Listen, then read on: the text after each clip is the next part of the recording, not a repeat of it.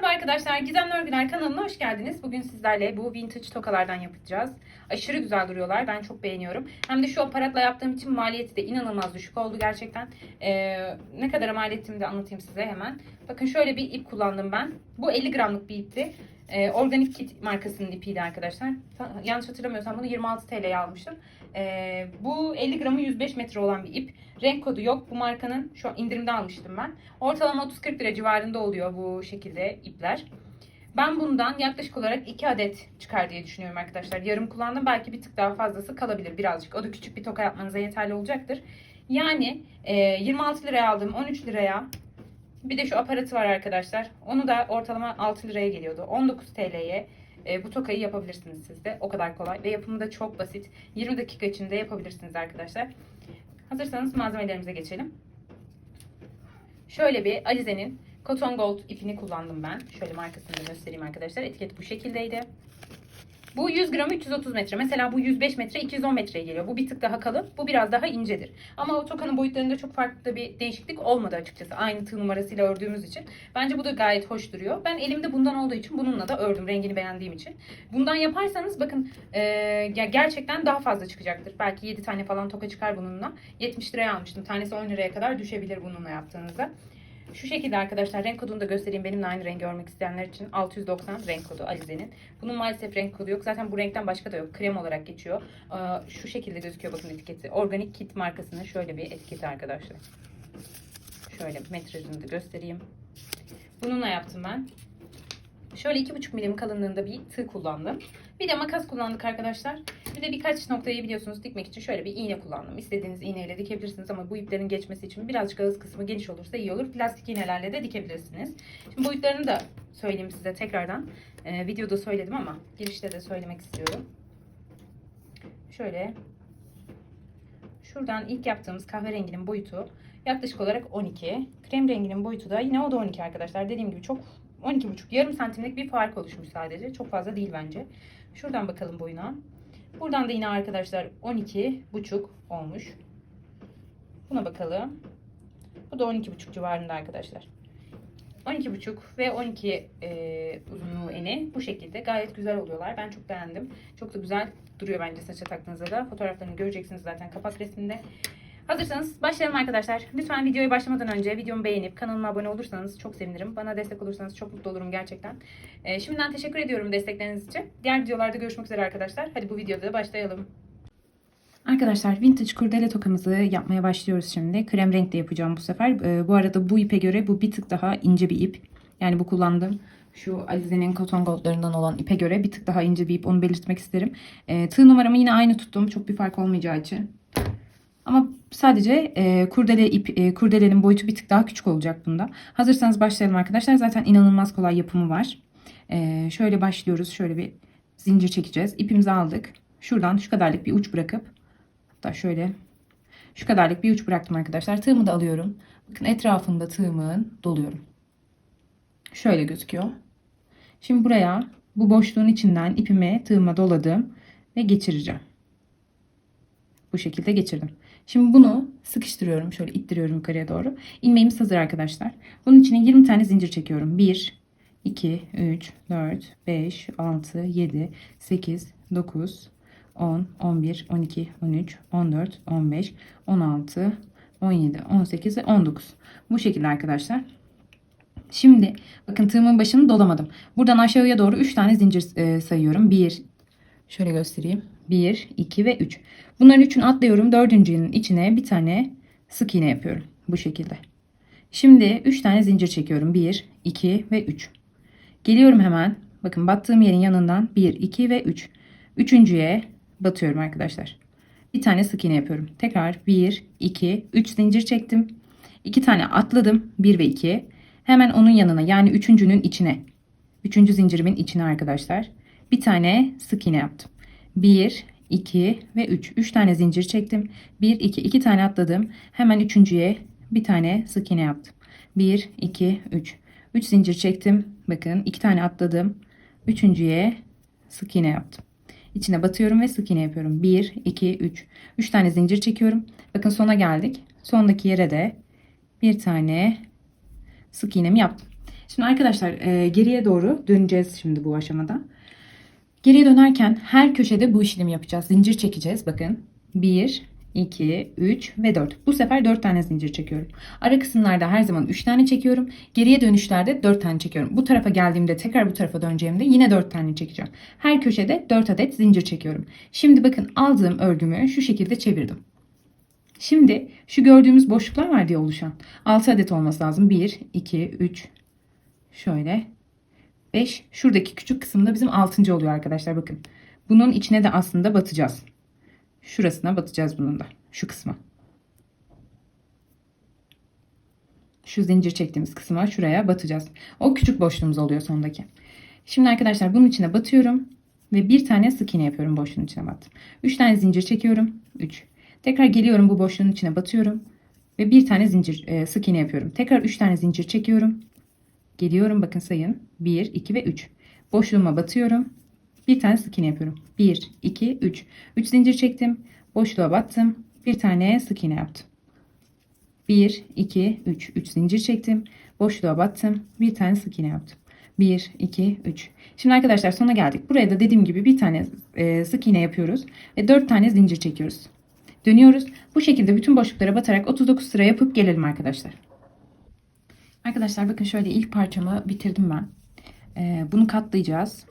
Bu şekilde diğer parçayı da ördükten sonra dikiş işlemlerini ikisini beraber yapacağız, dikeceğiz. Şimdi diğer parçayı göstereceğim size. O da zaten bunun aynısı. Bu arada şunu da söyleyeyim. Burada sık iğneyi yaptıktan sonra içinden geçirdim, koparttım ipi. Şu şekilde de şöyle uzunlukta da bir ip bıraktım. Çünkü bütün parçaları bununla dikeceğiz. Bu şekilde bu üst kısmı oluyor arkadaşlar. Diğer parçaya geçelim. Şöyle yine ipimizi aldık, parmağımıza doladık.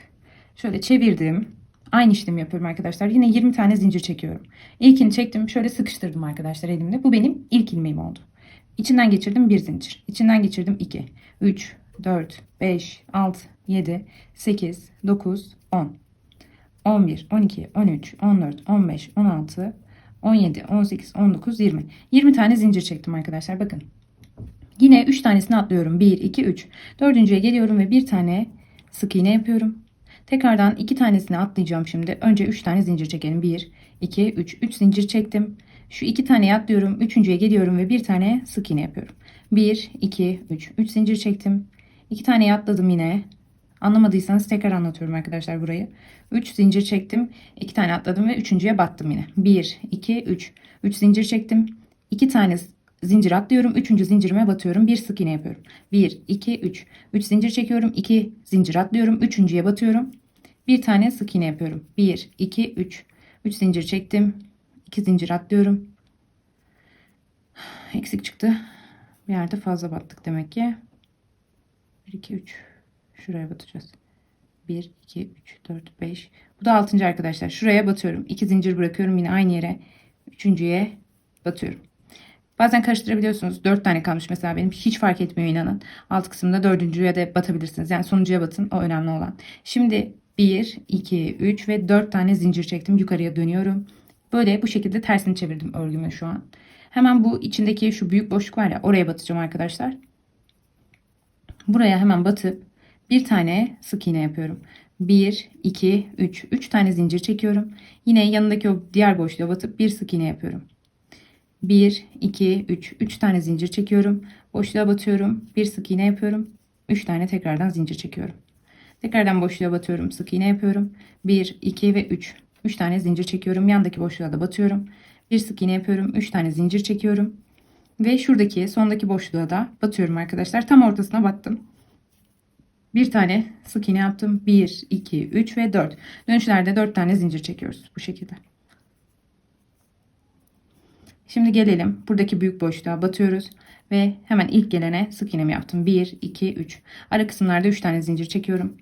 Tekrardan 1, 2, 3. Sık iğnemi yaptım. 3 zincir daha çektim. Tekrar sık iğne yapıyorum. 1, 2, 3. 3 zincir yandakine bir sık iğne boşluğa. 1, 2, 3. 3 zincir çekip yandakine tekrar bir sık iğne. 1, 2, 3. 3 zincir çekip yandakine tekrar bir sık iğne yapıyorum. Ve dönüşe geldiğim için şimdi 4 tane zincir çekiyorum. 2, 3 ve 4. 4 zincir çektim. Örgümü çeviriyorum. Tekrar önüne gelen boşluğa batıyorum ve bir tane sık iğne yapıyorum. 1, 2, 3. 3 zincir çekiyorum. Tekrardan içine bir sık iğne yapıyorum. 1, 2, 3. 3 zincir çekiyorum. Tekrardan içine geliyorum. Bir sık iğne yapıyorum. 1, 2 Şu şekilde 3 zincir çektim.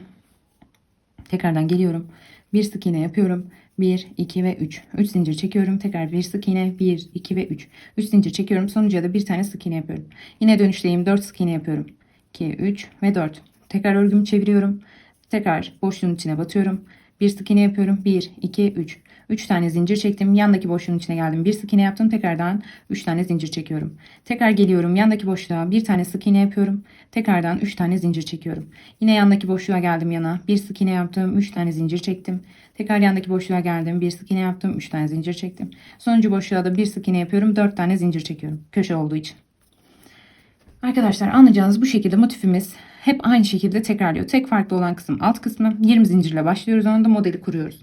Bu şekilde modelimiz ilerliyor arkadaşlar. Eğer isterseniz bu modeli arada 2 tane sık iğne bırakmak, 2 tane zincir bırakmak yerine 1 zincir bırakarak daha da çoğaltıp böyle daha küçük delikler elde edebilirsiniz. Ama bence bu aralık iyi. Ya da aralığı büyütüp 4 tane yapıp daha büyük delikler de elde edebilirsiniz. Sizin zevkinize kalmış.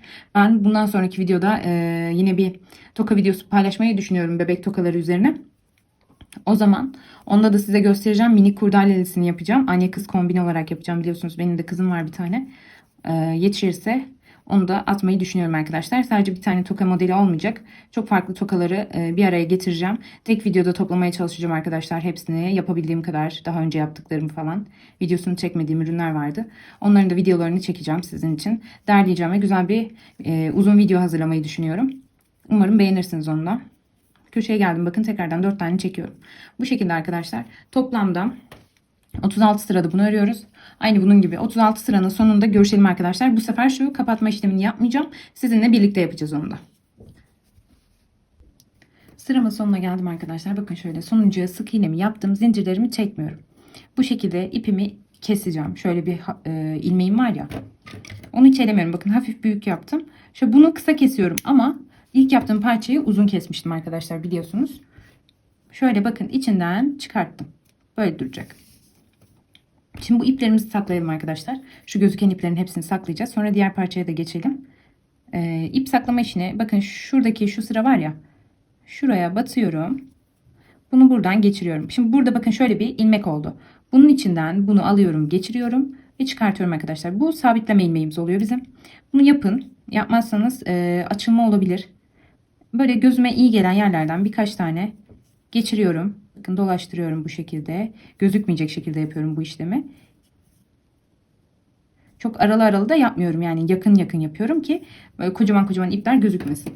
Bu tamam arkadaşlar. Şu köşeye getirdim ve bunu buradan kesiyorum. Bu şekilde gözükmüyor artık. Aynı işlemi bunun içinde yapıyoruz. Şuradan geçiriyorum. Elime denk gelen yerden yapıyorum. Yani gözükmeyecek bir yerden yapıyorum ve bunu buraya sıkıştırıyoruz. Böyle. Şimdi şu kısımlardan geçerek ipimizi aşağıdan bu sefer yukarıya doğru çıkartarak saklayacağım. Döndüre döndüre geçiriyorum arkadaşlar gördüğünüz gibi. Şuradan şuraya da bir tane geçirdiğimde tamamdır. Bunu da sakladık. Bunu da kesebiliriz. Bu saklama işlemini kesinlikle yapın arkadaşlar. Dediğim gibi düğümleme işlemini de yapın. Şimdi buna da aynı işlemi yapalım. Şu uca. İlk parçamızın ucu bu. Onu da saklayalım. Şuradan saklayalım bunu da. Bunun da düğüm yapıyorum önce. İçinden geçirip şöyle elimle de sıkıştırıyorum. Bakın sabitledim ben bunu. İstese de açılamaz artık. Sağlam olsun diye yapıyorum. Yaptığımız ürünler 2 yıkamada ya da 2 kullanımda bozulmasın arkadaşlar. 2 takmada. Saçımıza taktığımızda hemen yıpranmasın. Şu şekilde ipimizi gezdirdik. Ve kestim. Şimdi arkadaşlar diğer parçamızı da yapalım. Sonra dikiş işlemine geçeceğim. Şöyle ipimi aldım yine. Zincir çekeceğim. Tekrar tığımın başına doluyorum bakın. Aynı işlemi yapıyorum hep. Zincire başlarken her zaman bu işlemi kullanın siz de. Çektim ve sıkıştırdım arkadaşlar. Şimdi ilmeğim hazır. Bakayım tekrardan. 7 tane zincir çekeceğim. 1, 2, 3, 4, 5, 6. 2, 4, 6, 7. 7 tane olmuş arkadaşlar. Sayın 2, 4, 6 ve 7. Sonuncuyu da yaptım. Şimdi arkadaşlar tığımın başını doluyorum burada. Tığımın yani bakın şöyle tek ilmek gözüküyor diye. İpimi aldım tığımın başına doladım. Burada trabzan yapmam gerekiyor çünkü. 2 çıkışlı yani bir ikili trabzan yapacağız bir adet. Bakın şurası 1, 2 ve 3. Üçüncüye, buraya üçüncüye batıyorum arkadaşlar.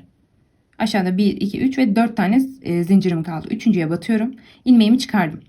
Şimdi tığımın başını tekrar doluyorum. İlk ikisinden çıkartıyorum. Tığımın başını tekrar doluyorum. Kalan ikisinden çıkartıyorum. 2 defa da çıkmış oldum arkadaşlar. Şimdi şöyle tekrar göstereyim. Biraz yakınlaşayım. Tığımın başını tekrar doladım. Yandakine geldim, battım. İçinden çıkarttım. 3 tane ilmek gözüküyor arkadaşlar tığımda. İlk önce tığımın başını tekrar dolayıp ilk ikisinden çıkartıyorum. Sonra tekrar dolayıp son ikisinden çıkartıyorum arkadaşlar bu şekilde. Koton iplerde böyle parçalanmalar olabiliyor. Onlara da dikkat edin arkadaşlar. Bunları da gerekirse orayı söküp tekrar yapın. Çünkü kötü bir görüntü oluşturur. Tamamdır. Şimdi tığımın başını tekrar doladım. Geldim. Buraya da yapıyorum bir tane aynı işlemi. Önce ilk ikisinden sonra son ikisinden çıkıyorum. Tığımın başını doluyorum. Tekrar yapıyorum aynısını. Toplam 5 tane olacak arkadaşlar. Tekrar yapalım. Bir ikili trabzan. Önce ikisinden sonra diğer ikisinden. Toplam 5 tane ikili trabzanım var. Şimdi 1, 2 tane zincir çektim. Örgümü çevirdim. Şimdi bakın tığımın başını tekrar doluyorum. Hemen şuradaki ilk olana zincir çektiğim yerin dibindeyim bakın. Dibine batıyorum. Dibine batıyorum. Ve bir tane ikili trabzan yapıyorum. Önce ikisinden sonra ikisinden çıktım. Tekrar aynı işlemi yapacağım. Yanına geldim. Ve buraya da bir tane ikili trabzan yapıyorum. Tekrar tığımın başını doladım. Önce ilk ikisinden çıktım. Sonra ilk ikisinden çıktım arkadaşlar. İki çıkışta olduğunda ikili trabzan oluyor. 5 adet olacak ikili trabzanım. Bakın 4 tane oldu. Ve bu da sonuncusu arkadaşlar. Sonuncuya da batıyorum. Ve aynı işlemi yapıyorum. 2 zincir çekiyorum. 1, 2. Örgümü çeviriyorum. Tekrar tığımın başını doluyorum ve dibine hemen batıyorum. Bir tane ikili trabzan yapıyorum. Tığımın başını doluyorum. Batıyorum dibine. Bir tane ikili trabzan yapıyorum. Tığımın başını doladım. Ve ikili trabzan yaptım. 3 tane ikili trabzan yaptık arkadaşlar. Zinciri saymayın sakın. Şuradaki 3 taneyi sayıyorum. Tekrar aynı işlemi yapıyorum. 4 oldu. Ve bu da sonuncusu arkadaşlar. Toplam 5 tane yapıyoruz. Bu şekilde 6 sıra yapacağız. Birlikte öreceğiz burayı. 2 tane yaptım. Tekrar 2 zincir çekip örgümü çevirdim. Tığımın başını doladım ve dibine batıyorum. Önce ikisinden çıkartıyorum. Sonra diğer ikisinden. Yanına da bir ikili trabzan yapıyorum. Tekrar bir ikili trabzan. Toplam 5 tane olacak. Şu an üçüncüyü yaptım. 4.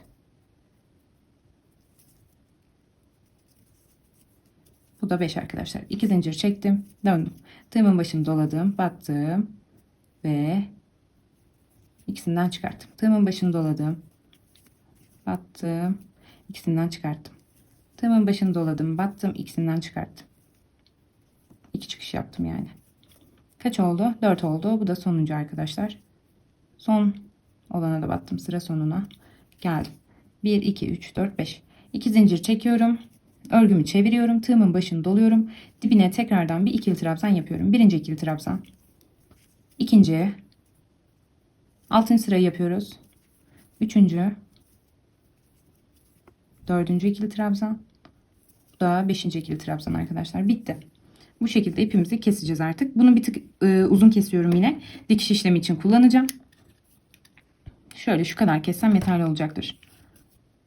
İçinden çıkarttım arkadaşlar. Şimdi ne yaptığımızı bir toparlayalım. Bakın 6 sıra ördük bunu. İkili trabzan şeklinde. Birinci parçamız. Şöyle uzun bir parçamız vardı. 39 tane sıra yapmıştık buna. Son parçamızda arkadaşlar 36 sıra örmüştük. Şimdi ölçü vereceğim size. Şu uzun olan parçamız 39 sıra ördüğümüz. Şöyle 25 santim diyelim buna. Bu daha küçük olan parçamız. Bu da 21,5-21 arası arkadaşlar. İpine göre değişecektir. Bu da 5,5 santim arkadaşlar. En küçük parçamız. Hazırsanız şimdi şu görüntüyü vermeye geçiyoruz. Yani dikişe başlayacağız. Şuradaki ipimizi alıyoruz. İğnemizi geçiriyoruz arkadaşlar. İp bırakmıştık ya uzun olan parçamız. İlk ördüğümüz. Bunu alacağız ve dikeceğiz karşılıklı şekilde. İkiye katladım. Şöyle ön yüzü dışta kalıyor. Buradan dikiyorum arkadaşlar. Da arka yüzüne katlayalım sonra çevirelim. Şöyle arka tarafını getirin. Burası arka yüzü bu arada. Yani bu ip benim sağımda kalıyor. Bitiş kısmı. Oradan anlayabilirsiniz arkadaşlar. O şekilde dikeceğim. Sonra da çevireceğim onu gözükmesin diye. Bakın uçları karşılıklı denkleştiriyorum. Ve direkt dikiyorum arkadaşlar bu şekilde. Uçları denkleştirip dikiyorum. Böyle.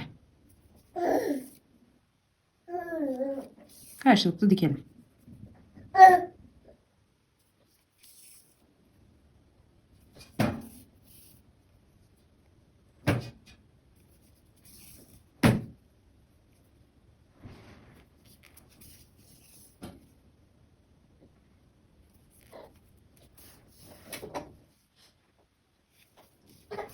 Doğa. Alamadın mı?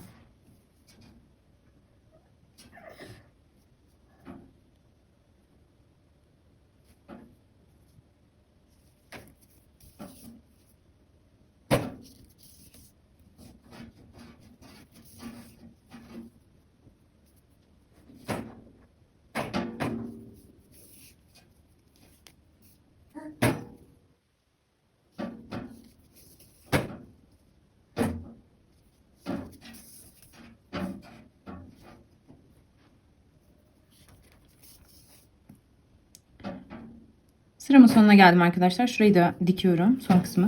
Burada şöyle ipimi halka şeklinde bırakıyorum ve içinden geçiriyorum. Bu şekilde. Şöyle tersine çevirebiliriz artık. Burası arka kısmı oluyor. Şöyle gözükecek. Zaten bu da altta kalacak. Bunu tam olarak ortalıyorum. Şimdi bunu şöyle bakın şuradan kıvırdım. Bir tane de buradan kıvırdım. Şöyle bir görüntü verdim. Şimdi burayı da dikeceğim arkadaşlar. Tam orta kısmından ayarlayıp. İpinizin olduğu kısımdan dikebilirsiniz. Şu şekilde. Buradan çıkıyorum. Attım buradan. Tekrardan karşıdan çıkartıyorum bunu. Bu şekilde arkadaşlar bu hazır olmuş oluyor. Şöyle ucunu da düzeltiyorum çok kıvrık durmasın diye. Siz de yaparsınız. Şimdi bu parçaya geçeceğiz. Bu parçaya da aynı işlemi yapacağız. Bakın önce şöyle ortasını buluyorum. İkiye katlıyorum ve sonra yanlarından da ikiye katlıyorum. Kurdeleye yaptığımız gibi şöyle. Şu şekilde iki ucunun da eşit olmasına özen gösterdim. Bunun altına bu şekilde yerleştiriyorum. İğnemi alıyorum ve bu kısımdan tekrardan dikerek ilerliyorum arkadaşlar. Karşıya geçiriyorum. Şöyle gözüküyor. Buna da aynı işlemi şöyle uygulayalım. Karşıya çıkalım. İlk diktiğimiz kısımdan karşıya çıkartıyorum. Şuraya.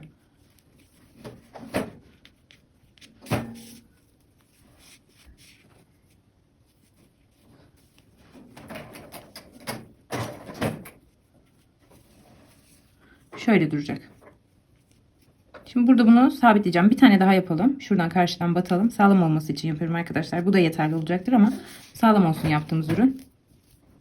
Çıkarttım. Ve tekrar şu köşeden de sağlamlık için yukarıya çıkartıyorum. Yukarıda da bağlama işlemini yapacağım artık. Şimdi geldim buraya. Gözükmeyecek zaten şu kısım ya.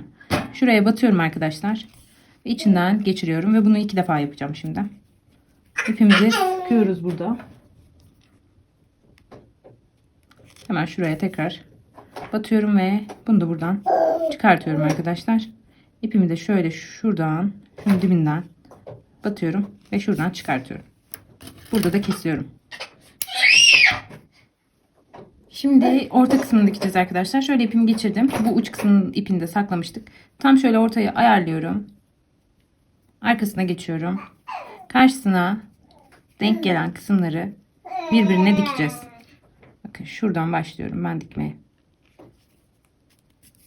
Karşısına denk gelen kısımları şöyle sıkı bir şekilde dikiyorum.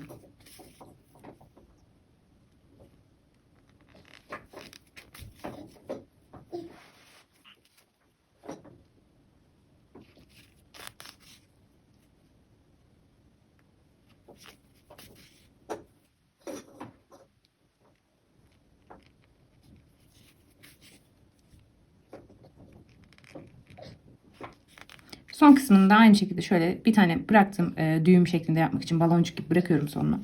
Tam çekmiyorum yani ipi. Bunu 2 defa tekrarlayacağım. Bakın şöyle tam çekmiyorum. Kalan halkanın içinden ipimi geçiriyorum. Arkadaşlar şimdi burayı kapattım ben bu şekilde. Aparatımızı takacağız. Şöyle ortalayarak takmamız gerekiyor. Bakın şöyle ortaladım. Onu da göstereyim. Şurası ön yüzü arkadaşlar. Yani burası arkaya gelecek. Şöyle açıldığında şu kısımda saç kalacağı için şöyle takılması gerekiyor. Böyle durması gerekiyor. Bu aşağıda havaya kalkık olan kısımda olacak. Yani şöyle takmayın sakın. Bu şekilde. Kapatalım şimdi. Şöyle ortaladım hafif.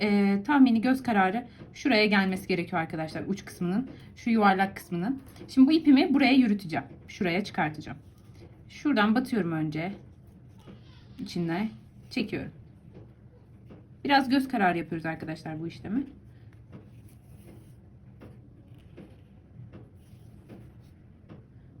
Şu kısım iyi bence.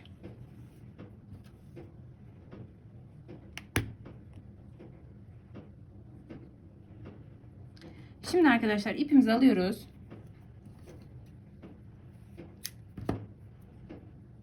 Şöyle elimizle kıvırıyoruz ve şuradan geçiriyoruz arkadaşlar.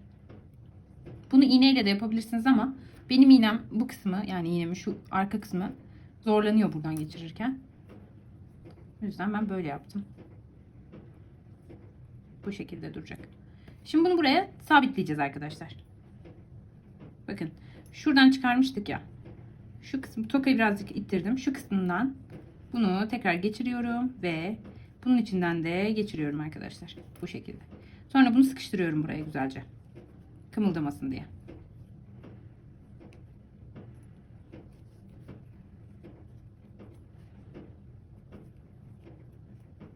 Tam sıkışmamış. Biraz daha sıkıştıracağım.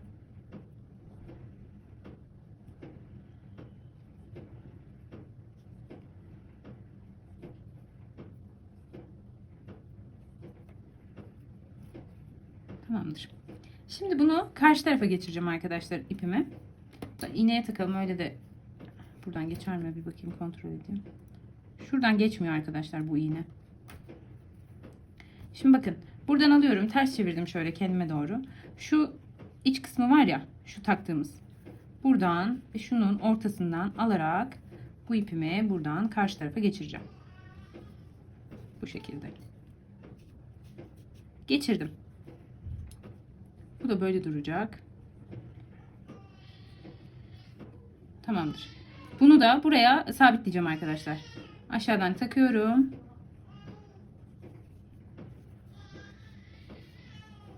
Buraya sabitliyorum. Şimdi bunu buraya takacağız. Bir tık daha öne alalım. Ucunu düzeltiyorum. Ve bunu da bunun içinden geçireceğim arkadaşlar.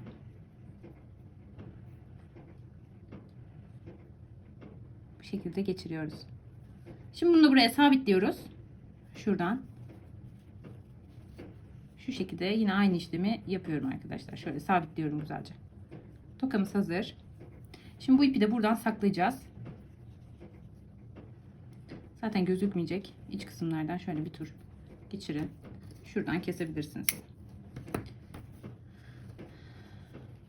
Tokamız hazır arkadaşlar. Bu şekilde duruyor.